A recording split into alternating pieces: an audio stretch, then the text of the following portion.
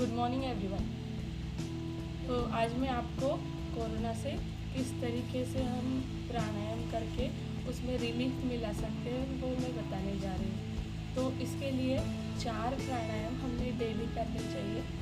सबसे पहले जब हम प्राणायाम शुरू करते हैं तो शुरुआत में हम इसे 5 से 10 मिनट करेंगे और धीरे धीरे हमें इस क्रम को 20 से 25 मिनट तक लेकर जाना है। तो सबसे पहले हमें कोई भी सुखासन मतलब जिसमें हमें सुख प्राप्त हो ऐसे मुद्रा में, ऐसे आसन में बैठ जाना चाहिए, ठीक है। और हमारी जो पीठ की रीढ़ की हड्डी है, दैट मीन्स वर्टिबल कॉलम, वो एकदम स्ट्रेट होना चाहिए। Back should be straight. उसके बाद सबसे पहले हमें दीर्घ श्वसन करना है 3 से 4 बार। दीर्घ श्वसन मतलब डीप ब्रीदिंग एक्सरसाइज। तो और ध्यान रखें कि जब कभी हम प्राणायाम कर रहे हैं तो हमारी आंखें बंद हो, और आंखें बंद करके हम अगर वो प्राणायाम करते हैं तो इससे हमारा पूरा ध्यान, पूरा लक्ष्य हमारे शरीर की ओर, अंदर की ओर केंद्रित होता है, ठीक है। तो सबसे पहले हम दीर्घ श्वसन करेंगे। आंखें बंद करके एक गहरी सांस अंदर की ओर लेनी है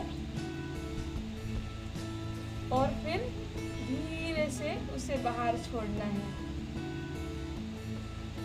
इस तरीके से हम 3 से 4 बार दीर्घ श्वसन करेंगे।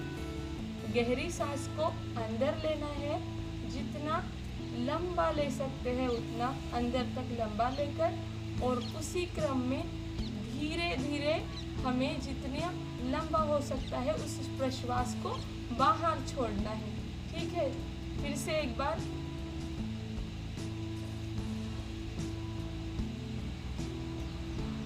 ये हम 3 से 4 बार करेंगे। उसके बाद हमें करना है भस्त्रिका प्राणायाम। भस्त्रिका प्राणायाम कैसे होता है? इसमें हमें हाथों की ज्ञान मुद्रा रखनी है इस तरीके से।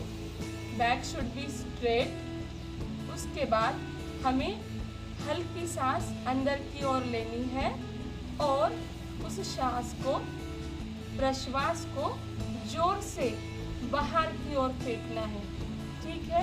जैसे हम शुरू करेंगे, देखो, गहरी सांस अंदर की ओर सबसे पहले, और उस सांस को झटके से बाहर छोड़ना है।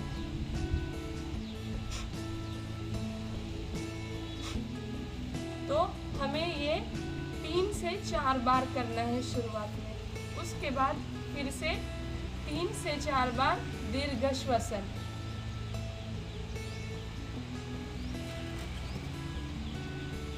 इसके बाद हम कपाल भाती करेंगे। कपाल भाती में हमारे दोनों हाथ, ये जो पाम है, इसे हमें घुटनों की ओर इस तरीके से रख के अपने बॉडी को लॉक कर देना है, और हम इसमें एक गहरी सांस अंदर की ओर लेंगे और प्रश्वास में हमें जोर जोर से सांस को बाहर फेंकना है। देखिए, फिर से।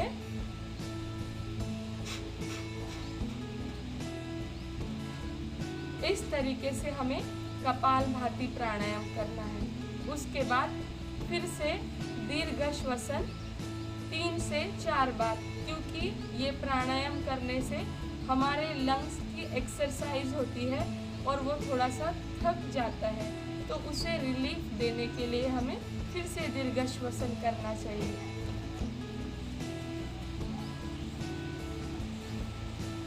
दीर्घ श्वसन के बाद हम भ्रामरी प्राणायाम करेंगे। भ्रामरी प्राणायाम मतलब भ्रमर। भ्रमर मतलब उसमें भृंगा, ये जो एनिमल है, उसके जैसा साउंड निकालना पड़ता है। तो उसके लिए हमारी ये दोनों हाथों को, हमारे अंगूठा जो है उसको कान के ये जो छोटा पोर्शन रहता है इस पर रख के हमारे कानों को बंद कर देना है। 2 हाथ, एक हाथ माथे, एक उंगली माथे पर, सेकंड उंगली आँखों के नीचे, थर्ड उंगली नाक के नीचे, और फोर्थ उंगली हमारे ओठों के नीचे आएंगे। देखिए फिर से इस तरीके से हमें ये मुद्रा लेनी है। उसके बाद इसमें हमें गहरी सांस अंदर की ओर लेनी है और प्रश्वास में ऐसे भ्रूण जैसे आवाज निकालनी है करते हुए प्रश्वास को बाहर छोड़ना है।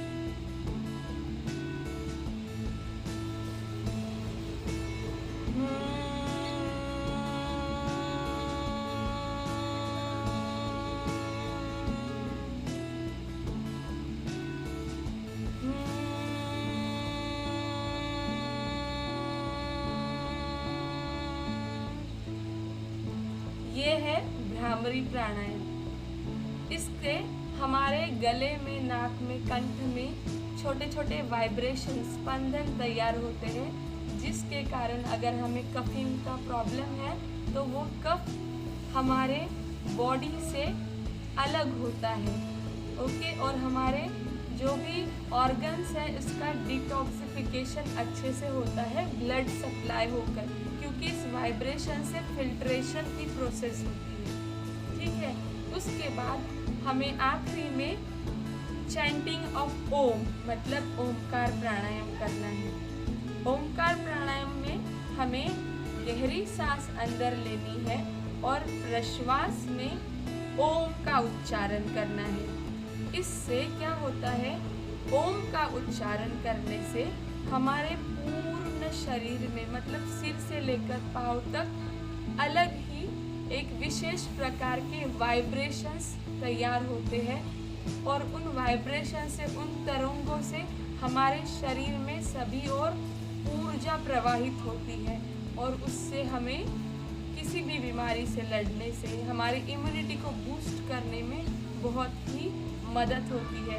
और इस नैसर्गिक प्रक्रिया से हम हमारी इम्यूनिटी सिस्टम को स्ट्रॉन्ग कर सकते हैं। ठीक है, देखिए इसमें हमें हमारे हाथों की ज्ञान मुद्रा रखनी है और ध्यान रहे हमेशा आंखें बंद करके कीजिए।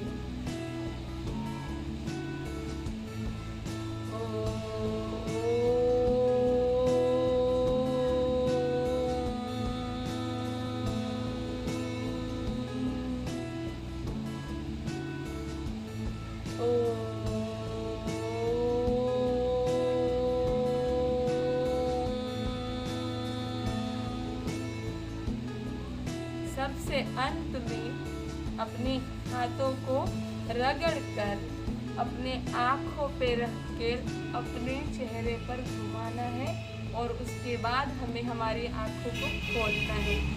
इस प्रकार हमें रोज सुबह ये प्राणायाम करने चाहिए, जिससे हमें कोरोना से लड़ने के लिए मदद मिले।